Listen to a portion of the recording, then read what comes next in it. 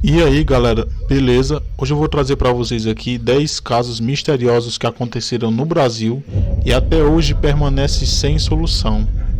Sem muita enrolação, confere comigo o vídeo.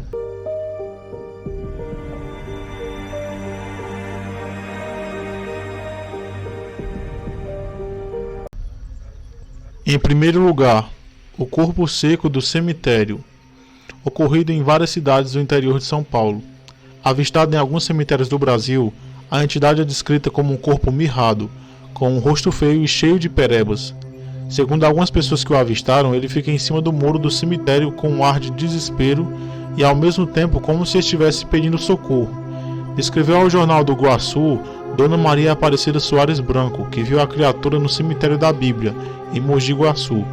Várias cidades resistem ao aparecimento dessa criatura. Em segundo lugar, os vultos do cemitério dos Caboclos de Paysandu, no Paraná. Situado às margens da rodovia 323, que cruza Paysandu, no Paraná, o local serve para homenagear os caboclos que supostamente foram enterrados ali entre os anos 1930 e 50. Há muitos relatos de motoristas que viram caboclos andando pela rodovia e, quando olharam pelo retrovisor, eles não estavam mais lá. Vultos também já foram avistados próximo ao cemitério. Outro fator que contribui para a fama sinistra daquele lugar é a quantidade de acidentes de carro que ocorrem nos arredores. Em terceiro lugar, a morte de Fernanda Vogel. Muitos mistérios rondam a morte da modelo Fernanda Vogel, a namorada de João Paulo Diniz, herdeiro do grupo Pão de Açúcar. Em 27 de julho de 2001, em uma viagem para comemorar 2 meses de namoro, o helicóptero que levava o casal caiu no mar enquanto seguia para Maresias, litoral paulista.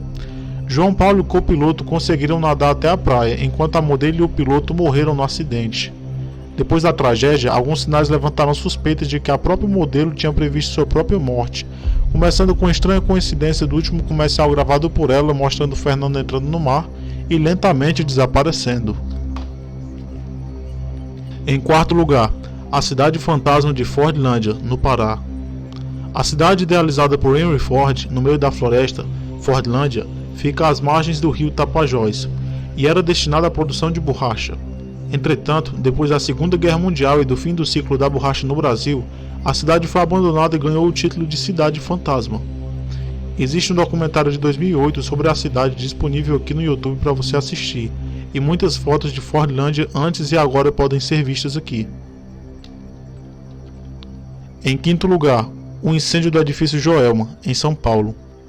Em 1948, aos 26 anos, o professor de química Paulo Camargo matou sua mãe e suas 2 irmãs. Enterrou elas no poço que havia mandado construir nos fundos da sua casa onde morava com os 3. Depois, se matou. A casa foi demolida e deu lugar a um edifício de 25 andares, o edifício Joelma, que em 1974 pegou fogo, causando a morte de mais de 180 pessoas queimadas e asfixiadas. Ao tentar escapar, 13 pessoas ficaram presas no elevador e acabaram morrendo carbonizadas em seu interior. Os corpos, impossíveis de se identificar, foram enterrados lado a lado no cemitério São Pedro, localizado na Vila Alpina, São Paulo. O local ficou conhecido porque algumas pessoas começaram a ouvir gemidos e choros vindos das covas, e sabendo que aquelas vítimas haviam morrido queimadas, resolveram jogar água nos túmulos, cessando assim seus gemidos. Depois disso, muitas pessoas começaram a visitar o local para rezar e pedir graça para essas 13 almas. Em 1979, foi feito um filme a partir de cartas das vítimas psicografadas por Chico Xavier.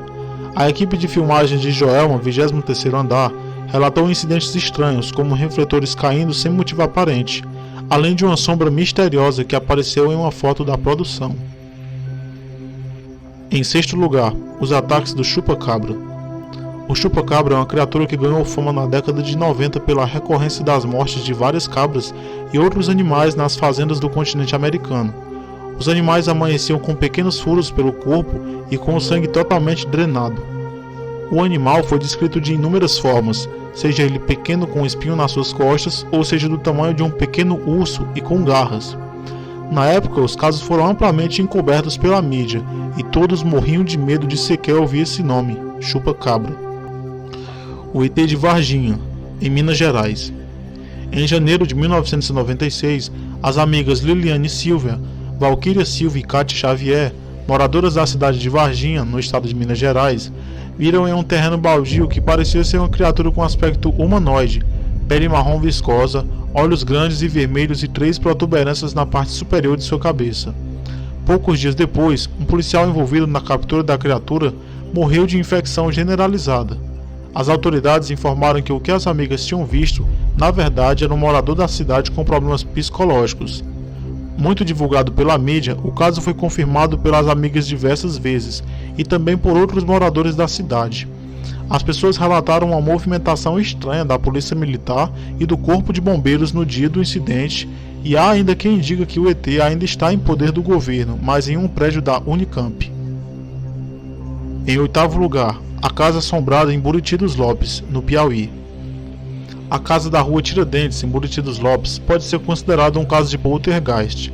Dizem que o lugar é habitado por uma senhora idosa que já perdeu quase todos os seus bens, que voam do nada pela casa e se quebram. Alguns moradores da rua afirmam já terem visto os copos voando e quebrando até na calçada. Além de esquisito, é um pouco perigoso estar caminhando tranquilamente quando de repente vem um copo do além e quebra na sua cabeça, não é mesmo? Em 9º lugar, o crime do Castelinho da Rua APA, em São Paulo. Em 1937, os irmãos Armando e Álvaro dos Reis, 2 advogados, discutiram feio na casa da família, um castelinho situado na esquina da Rua APA, com a Avenida São João, no centro de São Paulo. A mãe tentou apartar a discussão, mas não conseguiu. Ambos dispararam arma e os 3 morreram. No entanto, a posição dos corpos levantou suspeitas de que o crime teria sido praticado por uma 4ª pessoa, que jamais foi encontrada. O caso foi encerrado pela polícia sem uma explicação que satisfizesse a todos. Anos mais tarde, os moradores do Castelinho relataram acontecimentos estranhos, como o som de passos na escada e torneiras encontradas abertas pela manhã. Além disso, ao filmar no local, o cineasta conhecido como Zé do Caixão sofreu um acidente, o que fez com que os bombeiros interditassem parte da construção, que ainda está de pé e aguarda ainda hoje a restauração. Em 10º lugar, o caso das pedras misteriosas e da possessão no Rio Grande do Sul. Ano passado, uma família moradora da zona rural ao norte do Rio Grande do Sul começou a testemunhar estranhos fenômenos em casa. Pedras eram lançadas contra a residência e caíam dentro da casa, mesmo com tudo fechado e nenhuma telha quebrada. Assustada, a família chamou a polícia, que confirmou os acontecimentos inexplicáveis. Uma equipe de assistentes sociais visitou o local e até um médium realizou uma sessão de exorcismo em uma das filhas da família, que acordava de madrugada se debatendo e falando com vozes alteradas. O exorcismo foi até mesmo gravado. Mesmo assim, a família decidiu se mudar e demoliu essa casa. Então é isso aí, pessoal. Esses foram 10 casos misteriosos acontecidos aqui no Brasil que ainda hoje permanecem sem qualquer explicação. Se vocês gostaram do vídeo, deixem um like, se inscrevam no canal, ativem o sininho, compartilhem com seus amigos o quanto puder e até a próxima.